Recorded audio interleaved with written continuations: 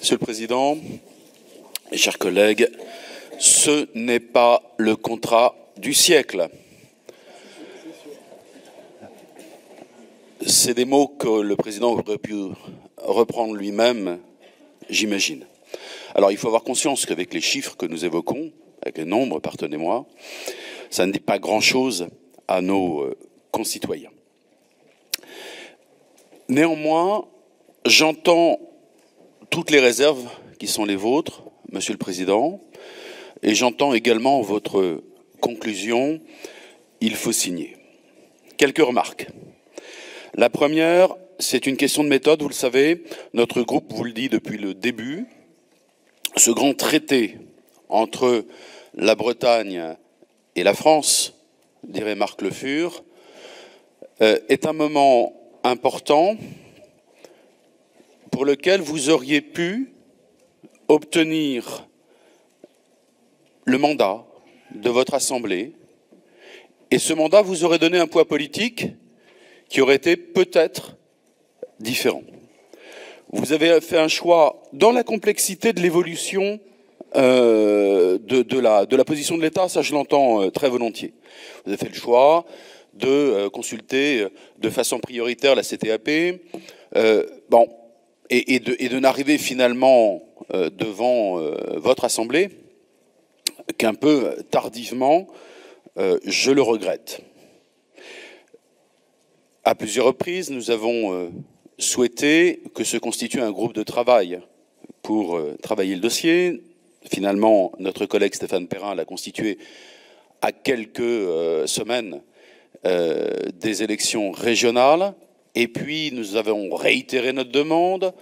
Ce groupe de travail n'a pas été reconstitué. La commission des finances en est un peu saisie. Puis, ça s'est transformé en une conférence des présidents. Voilà, on sent bien que sur la méthode, ça, cafouiller, c'est un grand mot, mais il n'y avait pas de méthode en interne. Et puis, vous faites face, comme nous, à la résurgence d'un néo-jacobinisme. Un néo-jacobinisme qui est, comment dirais-je, qui se présente sous la forme d'un en même temps. Et c'est là qu'est le piège. Un en même temps entre Jacques Delors et Jean-Pierre Chevènement. Un en même temps qui, à ce jeu-là, risque d'être un n'importe quoi.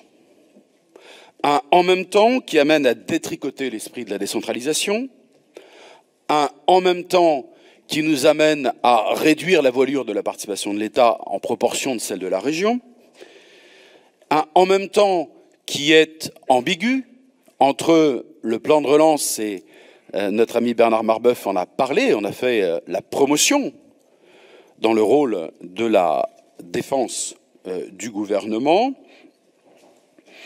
Un plan de relance qui, quand on regarde les volumes, rend, et les types d'actions, rend les régions, je vous l'ai dit déjà dans cet hémicycle, les quasi supplétives de l'État. C'est-à-dire que celles qui viennent en complément de l'action de l'État avec ses crédits, mais pas celles qui définissent les politiques. Et puis, nous aurions pu imaginer, je pense aux réflexions historiques de Christian Guyon-Var, que l'intendant de Bretagne vienne s'exprimer devant les États. Mais manifestement, ce n'est pas le cas. Nous avons des singularités bretonnes qui, normalement, auraient dû se voir dans ce contrat. Qu'est-ce qui fait que ce contrat n'est pas celui de la région centre, n'est pas celui de la région Grand Est, dit-on aujourd'hui, mais celui de la Bretagne? L'identité et la culture, c'est-à-dire en partie les langues. Nous en parlerons tout à l'heure. La singularité géographique, c'est-à-dire le caractère périphérique en Europe, le volet mobilité n'est pas là, et le président de la République, souvenez-vous, a eu l'outrecuidance, lorsqu'il a inauguré en grande pompe la LGV direction Rennes, de nous expliquer que ça s'arrêterait là, et qu'ensuite nous allions nous consacrer au transport du quotidien. L'identité, la culture, les langues, la géographie, La géographie, c'est aussi la maritimité. J'y reviendrai. Et enfin, le climat qui commande une partie de notre économie, notamment notre agriculture, parce que nous sommes une terre d'élevage singulière, liée à nos particularités climatiques, et que là-dessus, qu'on le veuille ou non, dans ce contrat de plan, l'État est absent. Dernier point, avant ma conclusion, c'est la question de l'argent frais. Parce qu'on connaît les capacités de l'État à recycler de l'argent existant et, par définition, ce qui ne va pas à Paul peut aller à Pierre ou inversement. Sur la décile, je serai prudent, vigilant. Sur les 20 millions de FNADT qui arrivent en fin de négociation, c'est dans la délibération. Là, je serai également prudent. Moi, je crains toujours, parce que l'État est en situation exsangue financièrement, que le soi-disant argent frais ne le soit pas. Dernier point en conclusion. Sous un angle positif, j'entends dans vos propos, depuis le début de cette session, mais également dans les sessions qui précédaient, une intonation régionaliste accentuée, et je pense que c'est le cas depuis je pense que c'est dans votre ADN. Et le mot autonomie qui vient régulièrement.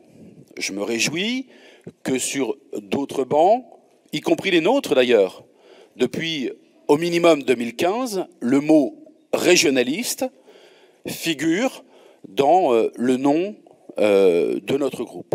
Je crois que de ce point de vue-là, les choses avancent. Chacun peut avoir une vision différente de ce régionalisme, en fonction de son origine politique. Néanmoins, je trouve que nous le partageons de plus en plus dans cet hémicycle. Alors je me dis que l'intonation vers l'autonomie dans ma bouche a peut-être moins d'arrière-pensée que dans la vôtre, mais néanmoins, je m'en réjouis. Dernier point enfin de ma conclusion, nous n'avons pas les moyens de ne pas signer, c'est ce que vous avez dit tout à l'heure. Nous n'avons pas les moyens de ne pas signer. Or, d'autres régions, Isabelle Le Callennec l'a dit très clairement, ont considéré qu'elles avaient les moyens de ne pas signer. Et moi, une Bretagne qui ne se donne pas les moyens, m'inquiète. Mais oui, parce qu'à un moment, il faut s'interroger. Quelle est la capacité que nous avons ou pas de créer le rapport de force? C'était la conclusion d'Isabelle Le Callennec, naturellement. C'est la mienne. Je vous remercie.